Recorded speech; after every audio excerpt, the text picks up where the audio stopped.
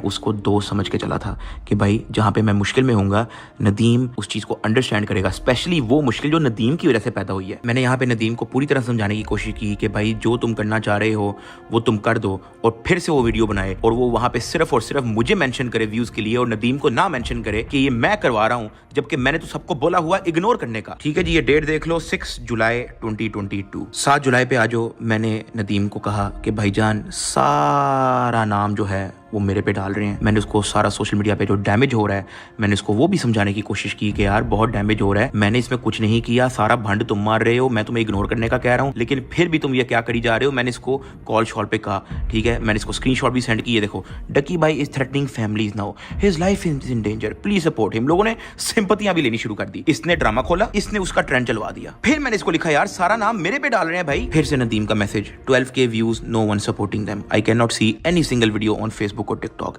No trend on YouTube, all cool. भाईजान comments मुझे आ रहे हैं, सब लोग ये कह रहे हैं कि डकी भाई ने थ्रेट किया, जबकि डकी भाई वाज द वन जो कह रहा कि इग्नोर मार के फारिग करवाओ, लेकिन फिर भी इन सारी बातों का किसी को नहीं पता। को धमकी लगाने के बाद रिप्लाई क्यों नहीं दिया?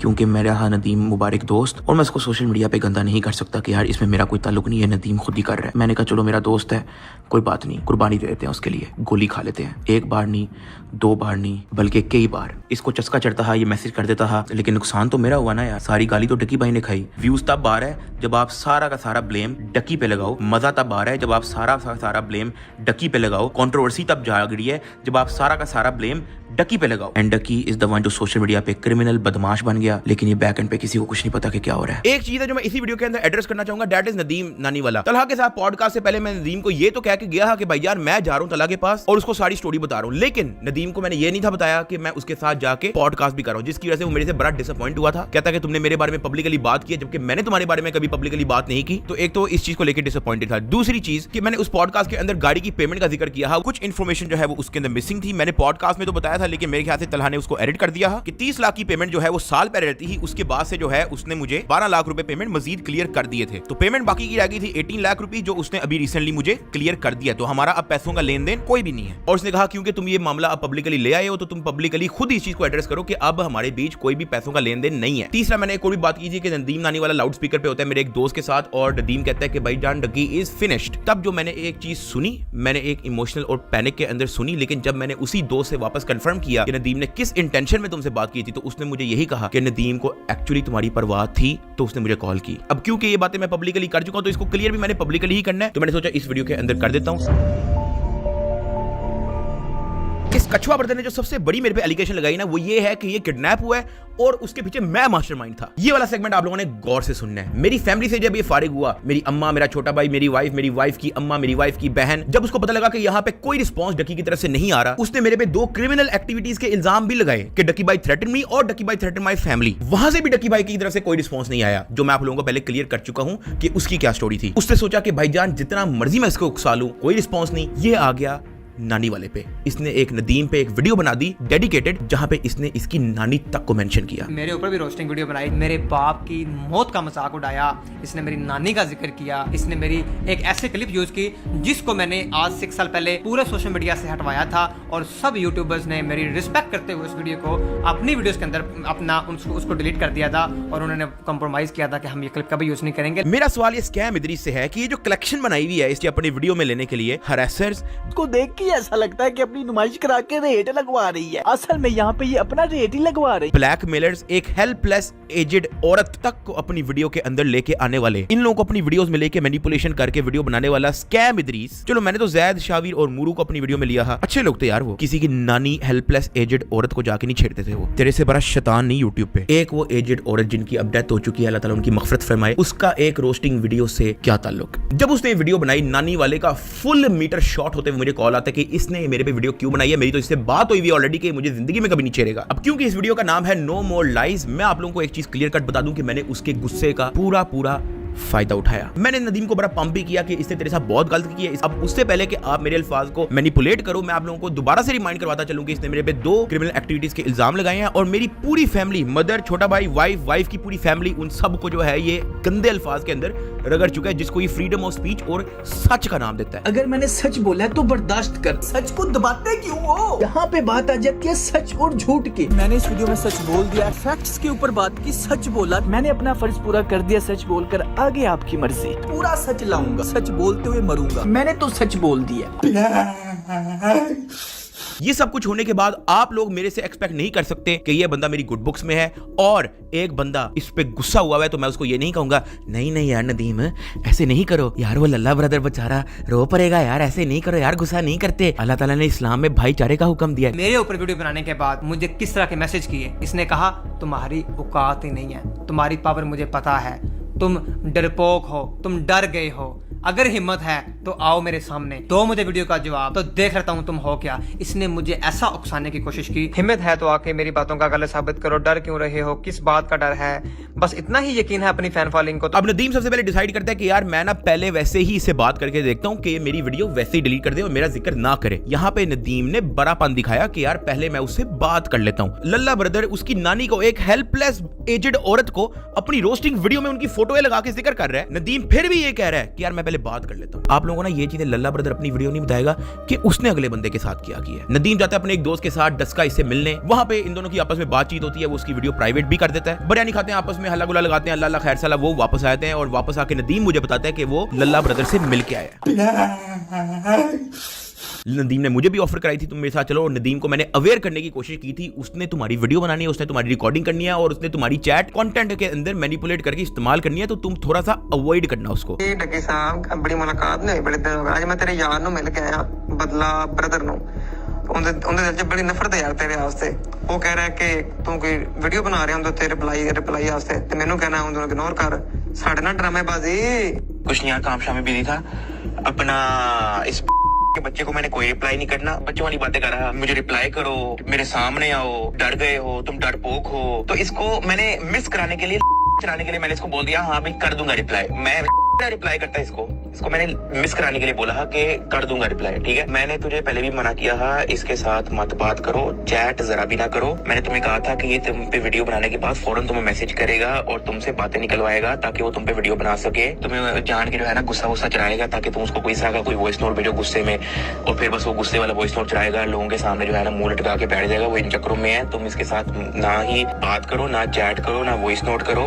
बात वही आ गई, उसने सिंपैथी लेनी है उस चीज को लेके, वो मुंह लटका के बैठ जाएगा, ये हो गया वो हो गया। नदीम ने सुनी नहीं, नदीम कहता कि यार मेरी बस मुलाकात हो रही है, मैं अपनी वीडियो डिलीट करा के फाड़ी करो, अपनी लाइफ में मूव ऑन करूं, बदला अपने रास्ते, नदीम अपने रास्ते। अब ये सारी स्टोरी है बकौल नदीम नानी वाला, ठीक है, क्योंकि वो उससे मिलने गया है। यहाँ पे नदीम की दूसरी मुलाकात उससे सेट होती है। क्यों सेट होती है? बकौल अल्लाह ब्रदर वो नदीम को कहता है कि तुमने जो है मुझे कुछ स्ट्राइक्स वगैरह भेजी हुई है, प्राइवेसी कंप्लेन वगैरह भेजी हुई है, उमर भट्ट ने जो है उस पर कोई FIA का केस डाला हुआ है, तो वो तुम सारा रिट्रैक्ट करवाओगे। वो सारा का सारा उसने इल्जाम और काम नदीम को दे दिया। अगर आपने साइलेंट गर्ल वाली स्ट्राइक रेट करवा कर मुझे स्क्रीनशॉट भेज दिया तो मैं समझ जाऊंगा कि आपने मेरा ऑप्शन पर अमल करना चाहते हैं। अगर एक दिन में ऐसा नहीं किया तो मैं समझूंगा कि आप मेरे चैनल को अब टर्मिनेट करवा के ही दम लेंगे। मैंने इसको कोई स्ट्राइक नहीं भेजी, दूसरे का मामला मेरे ऊपर डाल रहा है। यहाँ पे लल्ला ब्रदर ब्लैकमेलिंग शुरू कर दी। अब तब मैं नदीम के घर था, नदीम का फिर मीटर शॉट हो गया कि भाईजान एक तरफ वो मेरी नानी का जिक्र खुद करे जिसकी उसको इजाजत नहीं, फिर वो मेरे ऊपर कंडीशन भी रख रहा है, स्टाम्प पेपर की भी बात हो रही है उनकी कि स्टाम्प पेपर होगा तो वकील आएगा। जो मैंने वीडियो प्राइवेट की है आपकी वो पब्लिक होगी। अब देखो आपने से मेरा ड्रामा शुरू कर दिया, क्योंकि नदीम का नहीं बनता कि इस बगैर को मुंह लगे। अब नदीम को भी उस चीज का गुस्सा आ गया, जबकि उमर भट्ट ने लीगल नोटिस अपनी मर्जी से भिजवाया है, नदीम ने उसको नहीं कहा।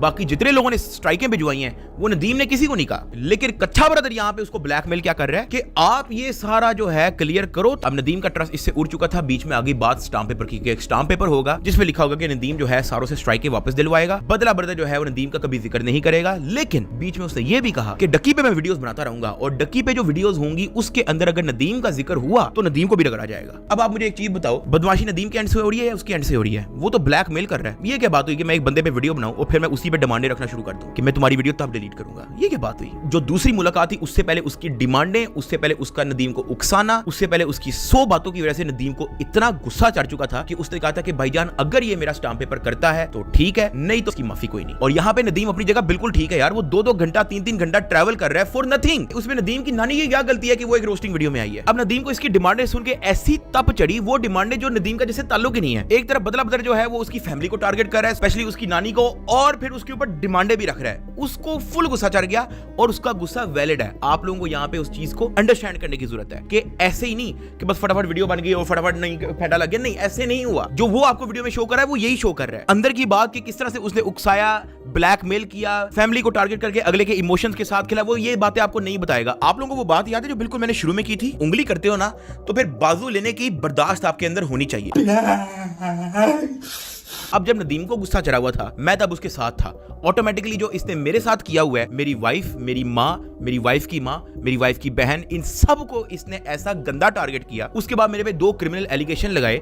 नदीम गुस्से में है, मैं तो उसके साथ हूं यार। अब आप सिर्फ यहाँ पे सबसे पहले बताओ कि नदीम का गुस्सा वैलिड कैसे नहीं है। एक तो ये बताना है और आपने मेरा भी बताना है कि मेरा गुस्सा यहाँ पे वैलिड कैसे नहीं है। कछुआ ब्रदर आपको अपनी वीडियो में ये बताता है कि मैं घर पे बैठा हुआ था और मैंने सच बोला तो मैंने मार खा ली। ये आपको अपनी वीडियो में बताता है। अगर आप लोगों को अभी भी लग रहा है कि नदीम का गुस्सा और मेरा गुस्सा वैलिड नहीं था, आप लोग एक छोटा सा सोशल एक्सपेरिमेंट करो। बाहर चलते फिरते किसी की, चलो किसी की नहीं, किसी सेलिब्रिटी की कर लो, किसी यूट्यूबर की कर लो, उसकी माँ या बहन को वही वाले कमेंट्स पास करो जो बदला बदर ने किए हैं। उसके बाद उस पे 2 क्रिमिनल एलिगेशन लगा के वीडियो लगा दो। उसके बाद उसी बंदे के पर्सनल डीएम में जाके उसको उकसाने की कोशिश करो और आपको जब पता लग जाए कि यार ये अपनी माँ से बहुत प्यार करता है या अपनी वाइफ से बहुत प्यार करता है, तो स्पेशल जाके उसकी माँ बहन को जो है टारगेट करो। ये छोटा सा एक्सपेरिमेंट करके देख लो। अगर उस बंदे ने आपकी हड्डियां तोड़ के आपके पूरे टब्बर के मुंह में ना घुसाई, आप कह देना कि गुस्सा वैलिड नहीं था और आपने मिस्टेक की है। मैंने नदीम के साथ जाना होता है। नदीम को मैं कहता हूँ यार मेरी वाइफ की तबीयत खराब है तो मैं घर जा रहा हूँ, तुम देख लो। अगर वहां पे स्टाम्प पेपर होता है तो भी बता देना, नहीं भी होता तो भी बता देना। साथ में नदीम को ये बात जरूर कहता हूँ कि उसको कहना कि मेरी वाइफ वाली वीडियो जो है वो डिलीट करे। ये मैं नदीम के जिम्मे लगा के जाता हूँ। नदीम कहता है ओके कोई बात नहीं। वो चले जाते हैं लल्ला ब्रदर से मिलने। वहां पे लल्ला ब्रदर स्टाम्प पेपर और वकील लेके आता है, लेकिन वहां पे वही सारी बातें कि ये हमारी डिमांड है तो वो डिमांड है तो फलानी डिमांड है तो टमकानी डिमांड है।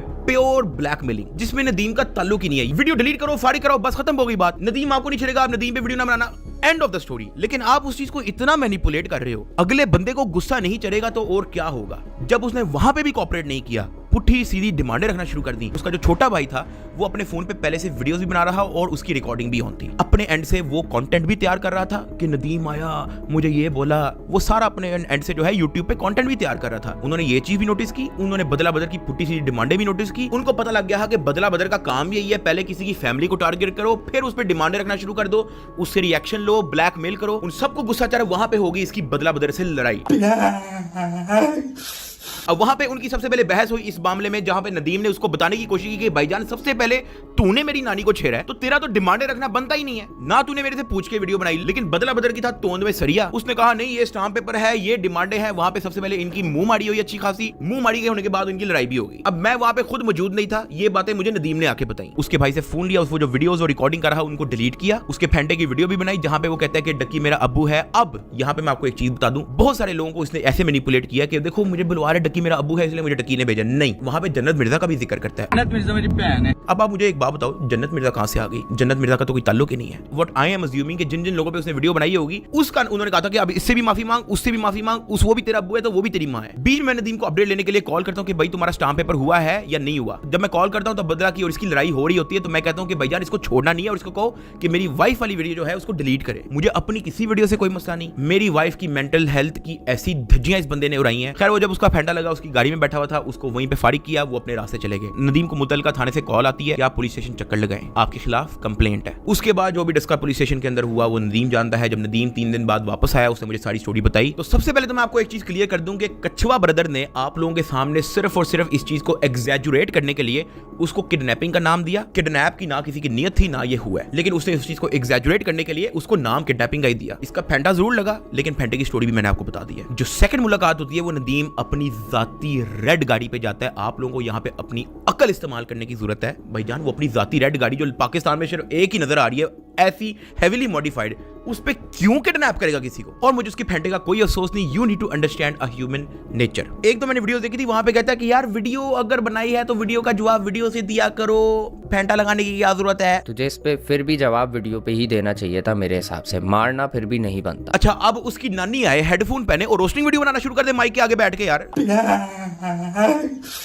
हर बंदा अपनी फैमिली से अलग अलग तरीके से प्यार करता है। आप ये बात तब करो जब उस तक बात की गई हो। बहुत सारे लोगों ने मशवरा मुझे ये भी दिया है कि जब लल्ला ब्रदर ने सबसे पहले इस चीज पे इनकार किया है ना, जब आपने इसको कहा था कि यार आपकी वाइफ को ना ठिठेरे और आप पे जो मर्जी बनाए, और तब भी इसने जब आपकी इस चीज का फायदा उठा के फिर भी वीडियोस बनाई थी, तो आपको चाहिए था कि अरूप के भाई को पकड़ते, सीधा इसके घर जाते, सोटियां मारते इसको। लेकिन मैं कभी इन चक्करों में इसलिए नहीं पड़ा क्योंकि मुझे पता है कि अगला बंदा है एक मैनिपुलेटर, उसने बनानी है वीडियो और फिर उसने लोगों से लेनी है सिंपैथी, ये कह के कि मैं यार अपने घर में बैठा हुआ था और मुझे सोटियां पड़ गई। वो ये नहीं बताएगा कि मैंने उसकी फैमिली को मेंटल टॉर्चर दिया, उसके मना करने के बाद भी मैंने मेंटल टॉर्चर दिया, फिर मैंने उस पे 2 फेक क्रिमिनल एलिगेशन लगाए, तब जाकर मुझे सोटी पड़ी। वो ये नहीं आपको बताएगा, वो आपको यही बताएगा कि मैं सो रहा था चुपचाप और मैं सच बोल रहा था और मैं लोगों की आंखें खोल रहा था तो मुझे सोटियां पड़ गई। वो ये आपको बताएगा। और अब इस लल्ला ब्रदर ने क्या किया, सारा का सारा मुद्दा फिर में मेरे डाल दिया कि ये इस चीज का मास्टरमाइंड था, जबकि मैंने आपको सारी स्टोरी बता दी है। ये सब कुछ होने के बाद जो है इसने अपने चैनल पे एक नई सीरीज स्टार्ट कर दी कि भाईजान